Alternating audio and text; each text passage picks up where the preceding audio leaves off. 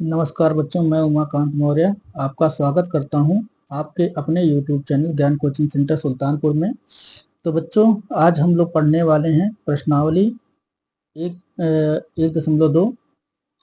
ये है बच्चों कक्षा 9 की NCERT बुक। तो बच्चों, जो आज का पहला क्वेश्चन है वो हमें यहाँ पे दिया हुआ है कि नीचे दिए गए कथन सत्य हैं या असत्य हैं, कारण के साथ उत्तर दीजिए। तो बच्चों, सबसे पहला जो यहाँ पे क्वेश्चन पूछा गया, हमसे पूछा गया कि प्रत्येक अपरिमेय संख्या एक वास्तविक संख्या होती है। तो बच्चों, जितनी भी परिमेय संख्याएं होती हैं और जो अपरिमेय संख्याएं होती हैं, दोनों ही क्या कहलाती हैं? वास्तविक संख्या कहलाती हैं।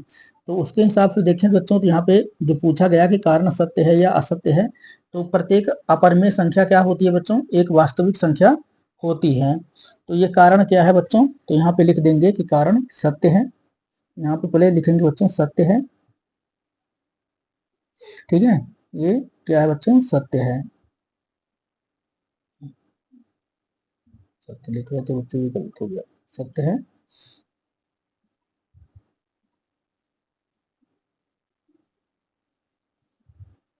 थोड़ा खराब हो गया बच्चों, और ये सत्य ही लिखा है, थोड़ा सा आपस में सट गया, इसको देख लीजिएगा। कारण क्या है बच्चों? कारण इसका सत्य है। इसके आगे हम क्या बताएंगे बच्चों? यहाँ पे का मतलब ये जो पूछा है कथन क्या है हमारा, ये सत्य है। अब कारण पूछा गया है किस कारण से, तो इसका कारण बताएंगे बच्चों। तो यहाँ पे लिखेंगे, क्योंकि यहाँ पहले कारण लिख लेंगे बच्चों। यहाँ पे हम लिख लेंगे कारण। कारण लिखने के बाद तब उसको हम बताएंगे। तो यहाँ पे लिखेंगे बच्चों क्योंकि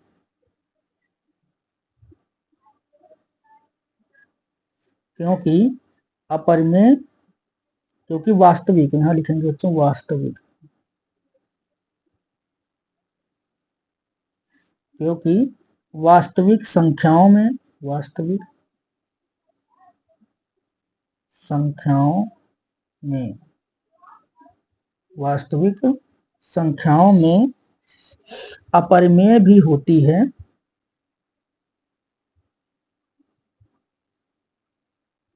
अपरिमेय,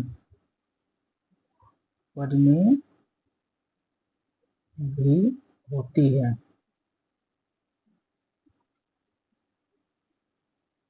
ठीक है बच्चों, तो इतना ही काफी है इसके लिए।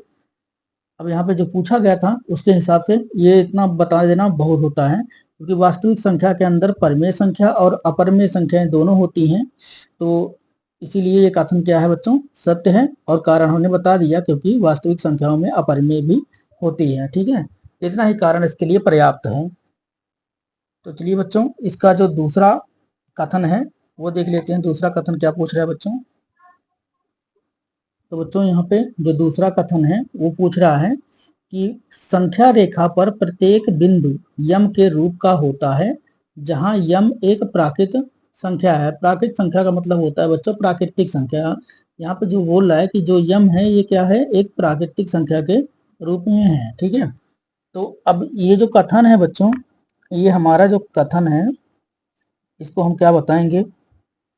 क्योंकि यहाँ पे जो यम है एक प्राकृतिक संख्या के रूप में पूछा गया है, तो ये कथन क्या हो जाएगा बच्चों? असत्य होगा। तो यहाँ पे लिख देंगे असत्य है।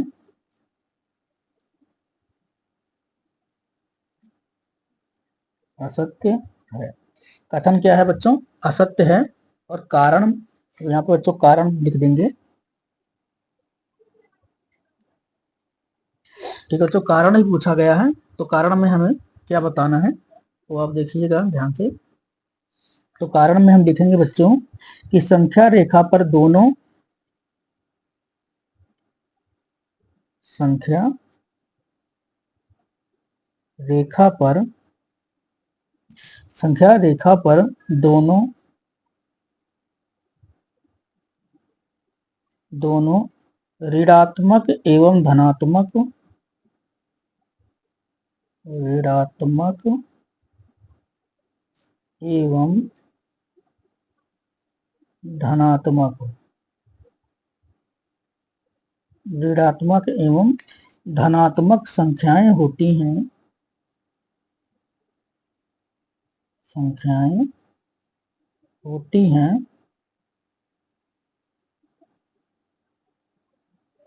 ऋणात्मक और धनात्मक संख्याएं होती हैं, परंतु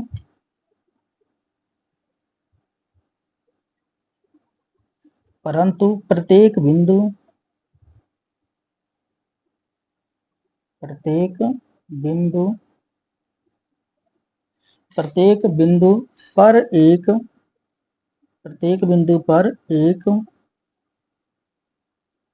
वर्गमूल संख्या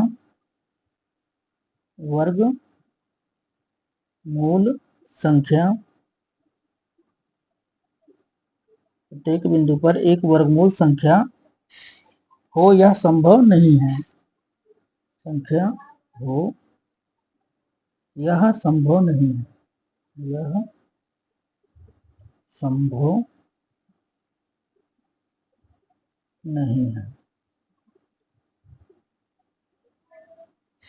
अब बच्चों इसका तात्पर्य आप लोग समझे कि नहीं समझे, तो अगर नहीं समझे तो हम बता देते हैं। देखो यहाँ पे पूछा गया था कि जो प्रत्येक बिंदु अंडर रूट एम के, अंडर रूट में बच्चों जो संख्याएं होती हैं वो क्या होती हैं, वर्ग में होती हैं, ठीक है। अब यहाँ पे सभी पूर्णांक तो उसमें हो नहीं सकते। अगर हम देखें, अगर हम इसमें अंडर रूट एम का मान रख दें माइनस में, अगर हम मतलब माइनस का 4 अंडर रूट में एम में रखें, ठीक है, तो पहला नंबर तो माइनस अंडर रूट एम तो लिखा नहीं जाता है। माइनस अंडर रूट एम मतलब ये अंडर रूट के अंदर -4 लिखा नहीं जाता है, ठीक है बच्चों। अगर हम वैसे भी माइनस का देखो, अगर किसी भी संख्या का चाहे माइनस में हो चाहे प्लस में हो, किसी संख्या का वर्गमूल निकालते हैं तो वो धनात्मक ही होती है, ठीक है। तो इसीलिए अंडर रूट के अंदर जो सभी संख्याएं होती हैं उन्हें लिखना असंभव है। अगर हम देख लीजिए, अगर यहाँ पे अंडर रूट में हम रखते हैं, चलो अंडर रूट में अगर हम 4 रख देते हैं बच्चों, तो 4 जो है वो जाकर के हमारा इसका अंडर रूट टूट जाएगा। इसकी वैल्यू क्या हो जाएगी बच्चों, 2 हो जाएगी, क्योंकि 2 2 का गुणनखंड बन जाएगा, 2 गुणे 2, तो ब्रेकेट टूट जाएगा, मतलब अंडर रूट टूट जाएगा, तो इसकी संख्या क्या आ जाएगी 2। अगर हम बच्चों कोई संख्या ले लेते हैं, माइनस मतलब माइनस का ले लेते हैं, अगर हम -2 का वर्ग करें, -2 एक संख्या ले लेते हैं, अंडर रूट में मान लो ले लेते हैं, अगर इसका हम वर्ग करें -2 का, तो यहाँ पे भी इसकी वैल्यू क्या होगी बच्चों, तो यहाँ पे हो जाएगा -2 इंटू -2, यानी बराबर में पहले माइनस माइनस क्या हो जाएगा, प्लस हो जाएगा, और 2 दूना क्या आ जाएगा बच्चों, 4 आएगा। अगर हम -4 का भी, अगर -4 यहाँ पे वर्गमूल के अंदर रखें तो वो संभव नहीं है, इसलिए ये कथन क्या है बच्चों, असत्य है, ठीक है। और जितनी भी संख्याएं हैं सबका वर्गमूल लगभग क्या होता है बच्चों, धनात्मक ही होता है। जितने भी वर्गमूल होते हैं उनका वर्गमूल क्या होता है, धनात्मक होता है, तो ऋणात्मक तो होता नहीं है। तो इसीलिए अंडर रूट एम में हम किसी मतलब संख्या को, जो प्राकृतिक संख्या है, वो वहां पे लिख नहीं सकते हैं, ठीक है। इसीलिए बताया गया कि प्रत्येक बिंदु वर्गमूल संख्या में हो या संभव नहीं है। चलिए बच्चों इसका अगला जो क्वेश्चन है वो देखते हैं। तो बच्चों जो पहले का तीसरा क्वेश्चन है, ये हमसे पूछ रहा है कि प्रत्येक वास्तविक संख्या एक अपरिमेय संख्या होती है।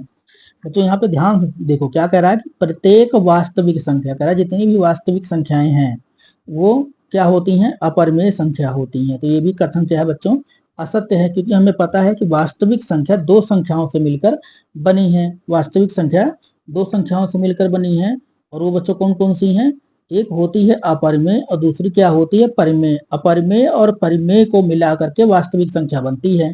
तो यहाँ पे पूछ काहे कह रहा है कि प्रत्येक वास्तविक संख्या अपरिमेय संख्या होती है, इसलिए बच्चों ये कथन क्या है, असत्य है।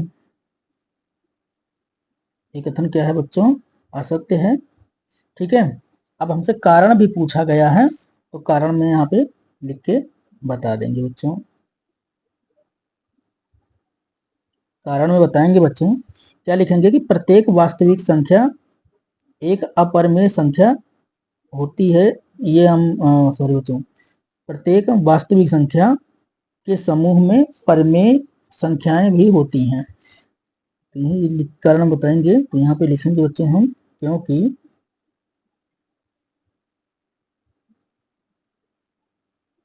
नीले पेन से लिखने का बच्चों क्या हो रहा है, क्योंकि वास्तविक क्योंकि वास्तविक संख्याओं वास्तविक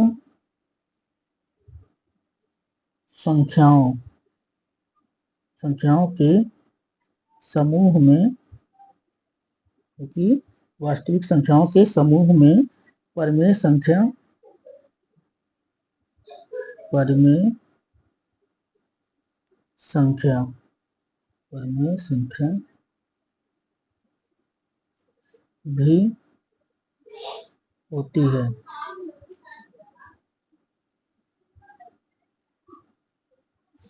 ठीक है, तो बच्चों अगर इतना भी कारण हम लिख दें कि प्रत्येक मतलब प्रत्येक जो, क्योंकि वास्तविक संख्याओं के समूह में परिमेय संख्या भी होती है, इसलिए क्या होगा बच्चों, ये कथन हमारा असत्य होगा कि वास्तविक संख्या, प्रत्येक वास्तविक संख्या अपरिमेय संख्या होती है। तो इतना भी कारण इसका बहुत है, इतना भी कारण लिख देंगे तो वो मान्य होता है बच्चों। ठीक है, तो आपको प्रश्न नंबर 1 अच्छी तरह समझ में आ गया होगा बच्चों, आशा है।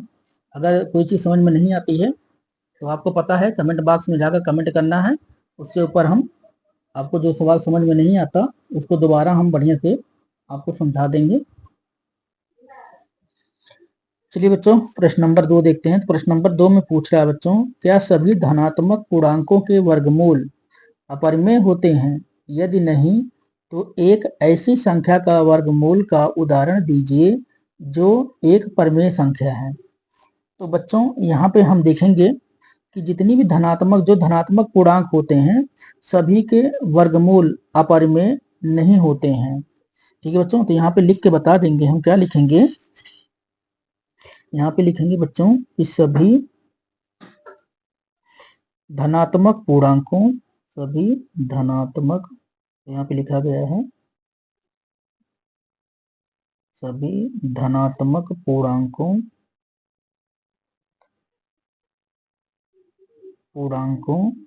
के वर्गमूल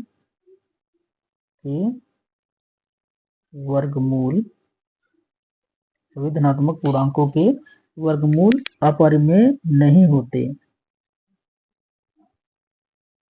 अपरिमेय नहीं होते, परिमेय नहीं होते। ठीक है बच्चों, नहीं होते हैं, हाँ भी ले देंगे, नहीं होते हैं। तो बच्चों जैसा कि हमने बताया कि जो सभी धनात्मक पूर्णांकों के वर्गमूल अपरिमेय नहीं होते हैं। ठीक है बच्चों, अगर देखें हम तो धनात्मक जो पूर्णांक है बच्चों, तो यहाँ पे हम क्या देखेंगे कि धनात्मक पूर्णांक,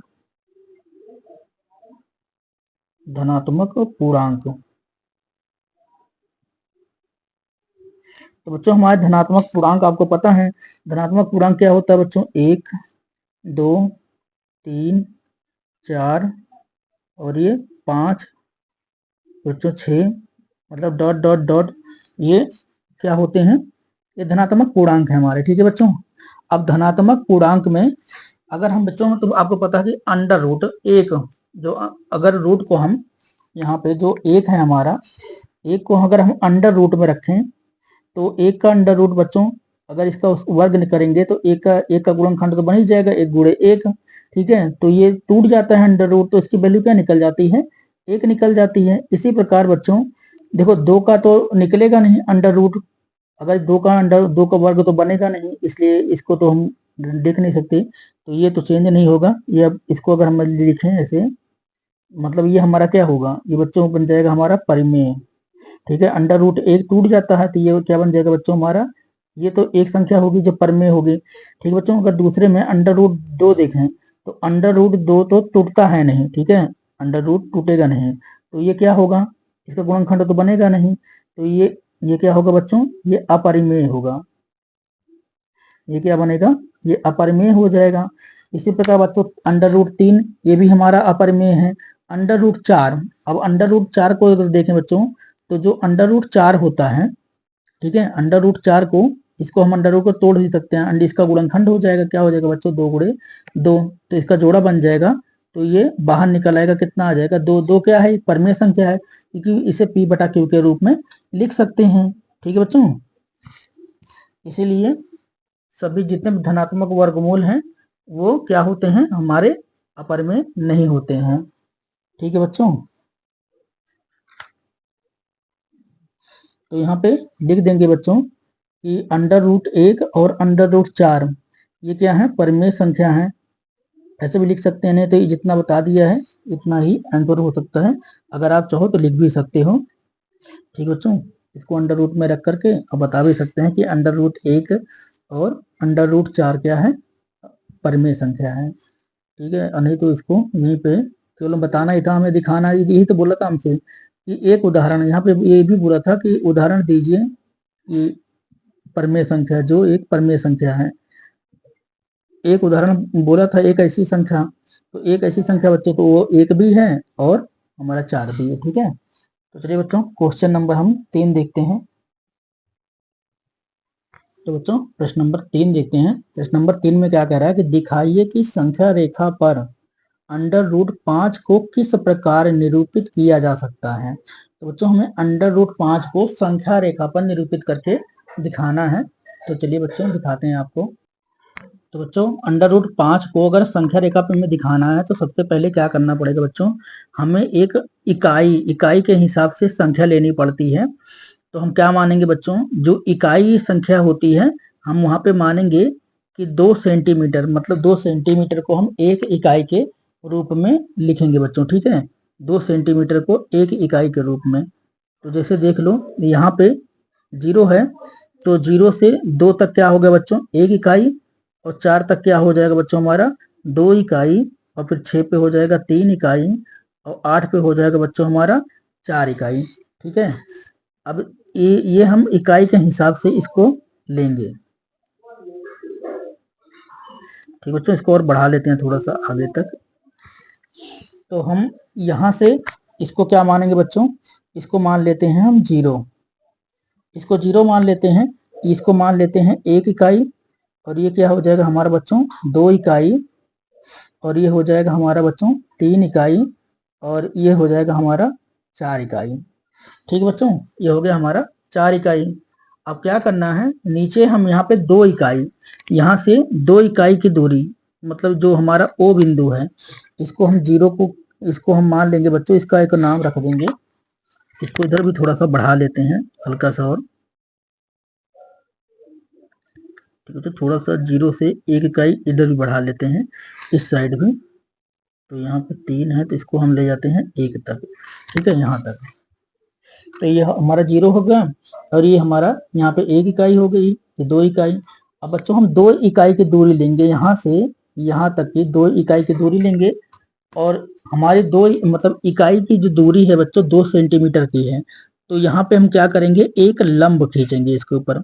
तो लंब खींचने के लिए क्या करना होगा बच्चों, हमें ध्यान से देखना है कि जो ये काली वाली रेखा है बिल्कुल रेखा के ऊपर रहे, लंब बिल्कुल सीधा होता है। तो 1 इकाई की दूरी यहाँ भी लेंगे।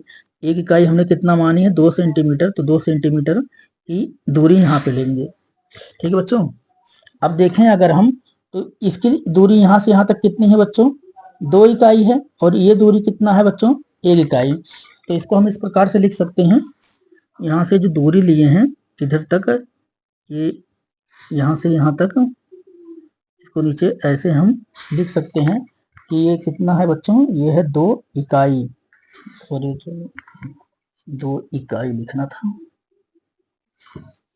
तो कितना है बच्चों, ये हो गया हमारा 2 इकाई। ठीक है, इसकी दूरी कितनी हो गई 2 इकाई, और इसकी दूरी कितना है बच्चों 1 इकाई है। इकाई को बच्चों हम एकक भी बोलते हैं, इसको एकक भी कह सकते हैं। ठीक है, तो जिसकी इसकी कितनी दूरी हो गई बच्चों 2 इकाई, और ये कितनी हो गई 1 इकाई।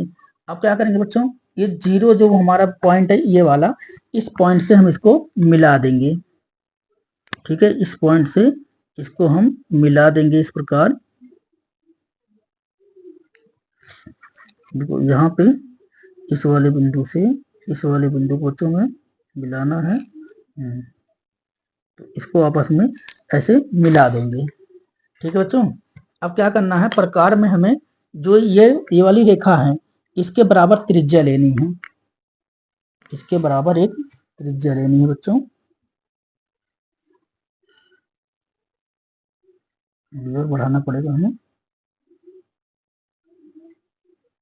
थोड़ा सा।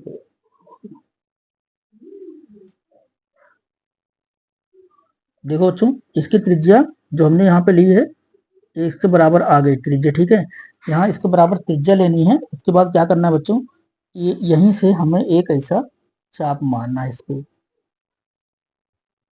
तो बच्चों यहाँ पे क्या करना है, हमें एक ऐसे चाप खींचना है जो इसको रेखा को काटे। अब बच्चों जो ये दूरी निकल के आएगी यहाँ से और यहाँ तक की जो दूरी निकल के आएगी वो क्या हो जाएगी बच्चों, वो हो जाएगी हमारी √5 कही जाएगी, ठीक है। अब ये यहाँ से यहाँ तक की दूरी, ये यहाँ से यहाँ तक की दूरी ये कितनी होगी बच्चों, ये होगी हमारी √5। ये कितना होगी बच्चों, √5। अब √5 कैसे आई है, अब इसको आपको हम समझाते हैं। तो बच्चों हमने यहाँ पे क्या डाला था, ये इसको लंब डाला था, आपको बताया था हमने कि यहाँ पे क्या डाला है, ये यहाँ पे लंब डाला। अगर लंब डाला है तो यहाँ पे कितने डिग्री का कोण बनता है, 90 डिग्री का कोण बनता है, ठीक है बच्चों। तो इसको, इस बिंदु को हम क्या मान लेंगे, बी। इस बिंदु को बच्चों हम मान लेंगे बी बिंदु, ठीक है। इस बिंदु को बच्चों हम मान लेंगे सी बिंदु, ये क्या हो जाएगा सी बिंदु। और जो ये वाला बिंदु है इसको मान लेंगे हम ए, ठीक है बच्चों। तो अगर हम देखें तो त्रिभुज ए सी बी में, या हम ए बी सी हो गया तो ए सी बी में, तो ए सी बी जहाँ जो कोण बना होता है बच्चों उसे हम बीच में रखते हैं जिस बिंदु पे कोण बना होता है, ठीक है। तो अब यहाँ पे लिखेंगे बच्चों हल में, इसको देखेंगे कि कैसे आया है। तो यहाँ पे लिखेंगे बच्चों त्रिभुज, तो त्रिभुज का साइन होता है त्रिभुज ए सी बी में, त्रिभुज ए सी बी में, ठीक है बच्चों। अब त्रिभुज ए सी बी में जो हमारा आधार है नीचे बच्चों, इसको हम आधार बोलते हैं। और ये क्या होता है, लंब। और 90 अंश जो 90 डिग्री का कोण होता है उसके जो सामने की बच्चों भुजा होती है उसे क्या बोलते हैं, हम कर्ण बोलते हैं। इंग्लिश में इसे हाइपोटेनस भी कहा जाता है। तो बच्चों हम इसी का, इसकी वैल्यू निकाल रहे हैं, ठीक है। तो अब देखेंगे जो BC है हमारा, पहले तो AB निकालना है। तो यहाँ पे पाइथागोरस का सूत्र लगेगा बच्चों, पाइथागोरस का सूत्र चलो लगाते हैं। तो पाइथागोरस के सूत्र में क्या होता है, तो पहले AB का स्क्वायर लिखा जाएगा बच्चों, यहाँ पे लिखा जाएगा AB का स्क्वायर बराबर क्या हो जाएगा बच्चों, BC का स्क्वायर आधार का होता है, तो इसको लिखेंगे BC का स्क्वायर और प्लस क्या हो जाएगा बच्चों, AC का स्क्वायर, AC का स्क्वायर। अगर इसको हिंदी में लिखें बच्चों तो हिंदी में बता देते हैं, तो इसको हिंदी में कहते हैं कि कर्ण, कर्ण का स्क्वायर बराबर होता है आधार का स्क्वायर और प्लस लंब का स्क्वायर। और क्या होता है बच्चों, लंब का। यही सूत्र होता है इसका, पाइथागोरस, पाइथागोरस का सूत्र होता है। तो अब इसी के ऊपर अगर हम बच्चों AB की दूरी हमें ज्ञात करनी थी तो हम लिख दिए हैं, पर AB की दूरी हमें ज्ञात करनी थी तो AB का तो इसमें लिखा नहीं था कि AB कितना था, इसकी हमें इसकी इकाई मालूम थी और इसकी मालूम थी। तो बच्चों इसकी जो हमारी BC भुजा थी नीचे वाली आधार वाली, इसकी कितनी इकाई थी, 2। तो 2 इकाई थी, तो यहाँ पे क्या लिखेंगे बच्चों, 2 का स्क्वायर और प्लस AC की लंबाई कितना थी बच्चों, तो 1 इकाई, तो इसको हम क्या लिखेंगे, 1 का स्क्वायर, ठीक है बच्चों। तो यहाँ पे हो जाएगा AB का स्क्वायर। फिर यहाँ पे लिखेंगे कि AB का स्क्वायर बराबर, तो 2 की पावर 2 बच्चों कितना होता है, 4 होता है, और प्लस 1 की पावर 1 की पावर 2 बच्चों कितना होता है, इसका पावर निकालेंगे तो 1 ही होगा, ठीक है। तो फिर यहाँ पे लिखेंगे बच्चों AB का स्क्वायर बराबर, तो 4 और 1 कितना हो गया बच्चों, 5 हो गया। और जब AB का देखो ये जो स्क्वायर है इसका, जब इसको इधर घात को इधर भेजेंगे तब क्या होगा, तो यहाँ पे AB बचेगा बच्चों, इसको इधर भेज देंगे। तो जब इसको इधर भेजेंगे तो यहाँ पे आके ये अंडर रूट बन जाएगा, 2 जब इधर आएगा इसकी पावर तो यहाँ पे अंडर रूट बन जाएगा, और ये 5 कहाँ जाएगा, अंडर रूट में। तो AB बराबर कितना निकल गया बच्चों, √5। तो यही है बच्चों जो AB की दूरी निकली है हमारी √5, ऐसे निकलती है पाइथागोरस सूत्र के अनुसार, ठीक है बच्चों। आशा है कि अभी तक जितने भी क्वेश्चन हमने आपको कराए हैं इसमें क्वेश्चन नंबर 1, क्वेश्चन नंबर 2 और क्वेश्चन नंबर 3 आपको अच्छे से समझ में आ गया होगा। अगर बच्चों कोई भी क्वेश्चन नहीं आता है तो आप कमेंट बॉक्स में जाकर कमेंट जरूर करिएगा कि कौन सा क्वेश्चन आपको समझ में नहीं आया है। तो चलिए बच्चों अगला क्वेश्चन देखते हैं। तो बच्चों चौथा क्वेश्चन यहाँ पे दिया गया है कि कक्षा के लिए क्रियाकलाप वर्गमूल सर्पिल की रचना कीजिए। तो वर्गमूल सर्पिल क्या होता है बच्चों, तो वर्गमूल सर्पिल होता है, आपको बता दें हम, देखो एक हम आपको ऐसे बता देते हैं इसके ऊपर वर्गमूल सर्कल क्या होता है। तो बच्चों जैसे एक हमें बिंदु लेना है, यहाँ पे एक बिंदु ले लिए। अब एक बिंदु से हमें क्या करना है, एक रेखा खींचनी है इधर। ठीक है बच्चों, अब इस रेखा पे, अब इसका हम कोई भी नाम एक ले लेंगे, मान लो ये ओ बिंदु है। ठीक है, ओ बिंदु है और ये जो है सर्पिल, इसको हम क्या मान सकते हैं, P1। इसको हम, इसका नाम P1 रख सकते हैं। ठीक है, या इसको हम ए भी लिख सकते हैं, इसको हम क्या लिख सकते हैं, ए लिख सकते हैं। ठीक है बच्चों, अब इसी पे क्या करना है, हमें यहाँ पे एक 90 डिग्री का कोण बनाना पड़ेगा। 90 डिग्री मतलब यहाँ पे एक लंब डालना है, सीधे सीधे डाल लो। क्या डालना है, एक लंब डालना है। तो लंब बच्चों कैसे डालते हैं हम आपको बता देते हैं। लंब देखो, जो ये भुजा है, जो ये काली वाली भुजा है इसकी, इंची टेप की, अब इसको क्या करेंगे, इसके बीचों बीच बिल्कुल रखो, बिल्कुल सीधी जैसे भुजा होती है।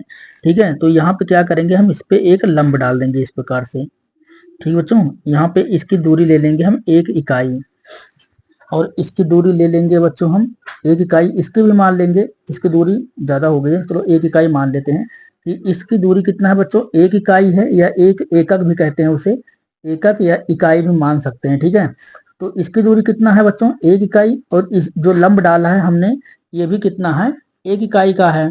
ठीक है बच्चों, तो अब यहाँ पे देखें तो यहाँ पे क्या बन रहा है, 90 डिग्री का कोण बन रहा है बच्चों, 90 डिग्री का कोण बन रहा है। ठीक है, तो 90 डिग्री के कोण के सामने की जो भुजा होती है वो क्या होती है बच्चों, तो यहाँ पे अगर हम इसको इससे मिला दें, ओ बिंदु से इसको अगर यहाँ पे इस प्रकार से मिला दें, तो ये बन जाएगा इसका कर्ण। ठीक है, तो ये ओ बिंदु है, ये ए है, तो इसको क्या मान लेंगे, इस बिंदु को हम मान लेंगे बी। ठीक है बच्चों, इसको क्या मान लेंगे, हम बी मान लेंगे। तो उस प्रकार से अब इसकी हमें दूरी ज्ञात करनी पड़ेगी कि जो OB है बच्चों, ये है कितनी। तो इसके लिए हमें क्या करना पड़ेगा, वही पाइथागोरस सूत्र का हम इस्तेमाल करेंगे। ठीक है, अब इसको हल करने के लिए हमें पूरा इसको हल करना पड़ेगा। चित्र में आपको समझ में आ गया होगा, तो चलिए अब इसको हम बनाते हैं और यहाँ पे आपको समझाते हुए चलते हैं। ठीक है बच्चों, अब इस वाले पे बनाएंगे जो आपको काफी बताया था, तो इसको थोड़ा सा ऊपर कर लेते हैं। तो सबसे पहले क्या करना है बच्चों, हमें एक बिंदु लेना है। तो हम ये बिंदु यहाँ पे ले लिए, इस बिंदु को हम O मान लेते हैं। ठीक है, तो O मान लिए। अब यहाँ से क्या करेंगे बच्चों, हमें यहाँ पे एक मतलब 1 इकाई की रेखा खींचनी है। तो 1 इकाई हम मानते हैं 2 सेंटीमीटर का।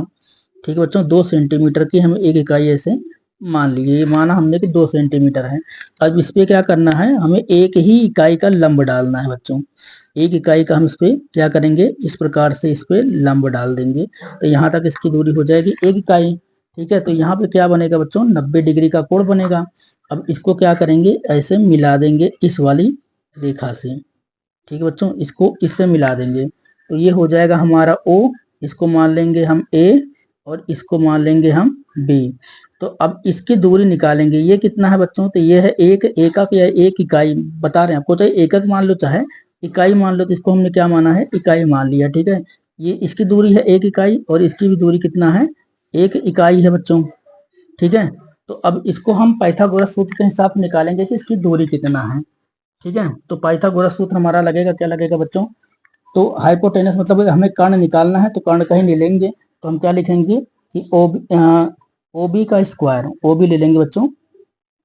तो हम यहाँ पे लिखेंगे कि OB का स्क्वायर बराबर क्या होगा बच्चों, OA का स्क्वायर, OA का स्क्वायर और प्लस क्या हो जाएगा बच्चों, AB का स्क्वायर।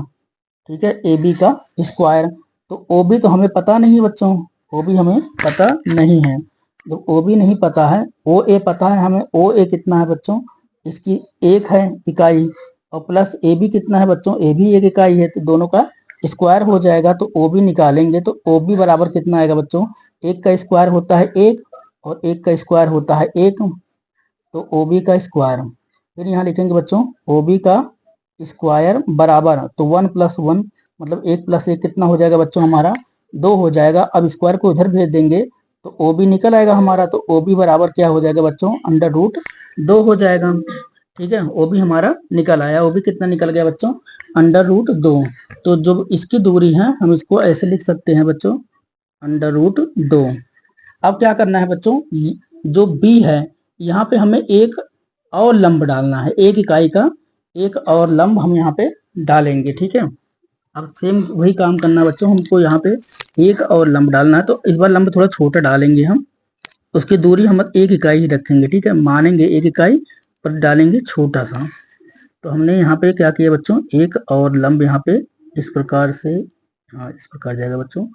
तो ये हो गया हमारा, यहाँ पे हमने लंब डाल दिया। लंब क्या कर रहा है, यहाँ पे भी 90 डिग्री का कोण बना रहा है। ठीक है, अब इस दूरी को भी क्या करेंगे बच्चों, ये इकाई हमें समान रखनी है। आप कॉपी में, बड़े कॉपी में बनाइएगा तो पेज बड़ा होगा, तो उसमें जो दूरी है ये समान ही रखनी है। ठीक है बच्चों, इसकी भी दूरी समान रखनी है, दूरियां समान रखनी है। जगह कम है इसलिए हम इसको थोड़ा छोटा कर दिए हैं आपको बताने के लिए। तो इसको भी क्या करेंगे बच्चों, यहाँ ओ से मिला देंगे। ठीक है, अब ये कितना है, इसकी दूरी भी है बच्चों एक इकाई। ठीक है, अब एक इकाई इसकी दूरी है, और ये अंदर वाले की बच्चों कितना है, √2 है। तो अब देखते हैं कि इसकी कितनी निकलेगी। तो अब इस बिंदु क्या मान लेंगे बच्चों, इस बिंदु का हम नाम रख देंगे सी। ठीक बच्चों, तो अब ये बिंदु हमारा क्या बन गया, सी बन गया है। तो चलिए अब इसकी निकालते हैं। तो यहाँ पे अब हमारा OC का निकलेगा बच्चों। तो यहाँ पे हम लिखेंगे कि OC का स्क्वायर, OC हमें पता करना है, तो OC का स्क्वायर बराबर हो जाएगा बच्चों हमारा OB का स्क्वायर, OB का स्क्वायर और प्लस क्या हो जाएगा बच्चों, CB का स्क्वायर। ठीक है, CB का स्क्वायर।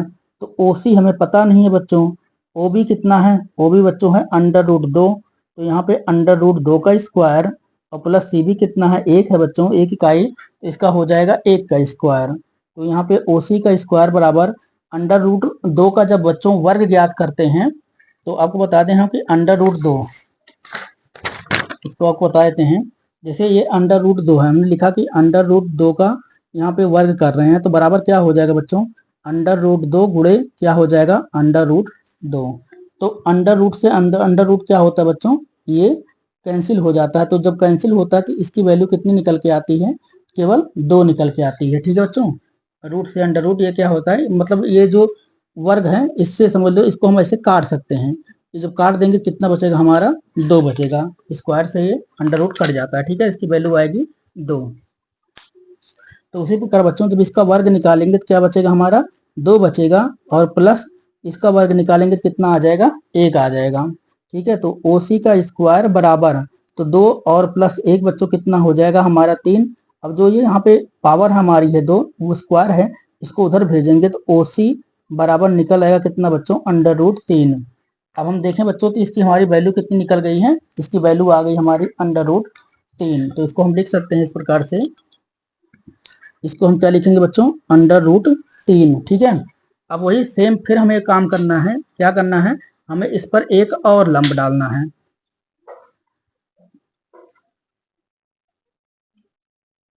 इस पे क्या करेंगे बच्चों, सेम उसी तरह फिर से हम एक लंब डालेंगे इस प्रकार से। ठीक है बच्चों, यहाँ पे क्या करेंगे, हम एक और लंब डालेंगे इस प्रकार से। तो यहाँ पे इस जो लंब डालेंगे इसको मान लेंगे, इस बिंदु को मान लेंगे हम D। ठीक है, अब D वाला जो बिंदु है इसको हम O से इसी प्रकार से मिला देंगे, D को हम O से मिला देंगे। तो अब इसकी भी ये यहाँ से यहाँ तक की दूरी कितना, DC कितना लंबा है बच्चों, तो ये भी है हमारा एक इकाई।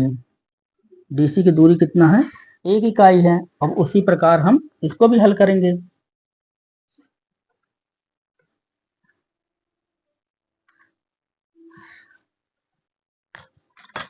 बच्चों अब इसकी भी हम दूरी जो DC की है इसको निकालते हैं। ठीक है, तो अब हमें DO की दूरी निकालनी है, सॉरी DO की दूरी निकालनी है। तो यहाँ पे लिखेंगे बच्चों DO का स्क्वायर बराबर होगा OC का स्क्वायर प्लस क्या हो जाएगा, CD का स्क्वायर, प्लस क्या हो जाएगा बच्चों, CD का स्क्वायर। तो यहाँ पे DO का स्क्वायर बराबर, अब OC कितना है बच्चों, OC है हमारा √3। OC कितना है, √3 का स्क्वायर प्लस CD कितना है बच्चों, 1 है, तो 1 का स्क्वायर। तो DO का स्क्वायर बराबर हो जाएगा, √3 का स्क्वायर कितना होता है बच्चों, 3 होता है, और प्लस 1 का स्क्वायर कितना होगा, 1 होगा। तो यहाँ पे डी ओ का स्क्वायर बराबर 3 एक कितना हो जाएगा बच्चों 4 हो जाएगा। ये जो स्क्वायर है इसको इधर भेजेंगे तो यहाँ पे बचेगा डी ओ क्या हो जाएगा, इधर जाके अंडर रूट बन जाएगा तो यहाँ पे आ जाएगा बच्चों अंडर रूट 4। तो ये जो डी ओ है बच्चों ये कितना निकल आएगा हमारा अंडर रूट 4 निकल आएगा। ठीक है, तो इसी को बच्चों 2-3 बार और आप बढ़ा करके इसी प्रकार से हल करके इसी को सर्पिल की मतलब इसी को सर्पिल कहते हैं वर्ग। ठीक है, वर्गमूल सर्पिल, इसी को वर्गमूल सर्पिल बोलते हैं बच्चों।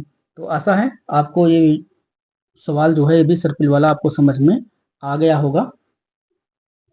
तो बच्चों आज का सत्र यही खत्म होता है, 4 ही सवाल थे इसके, तो चारों हम आपको समझा चुके हैं।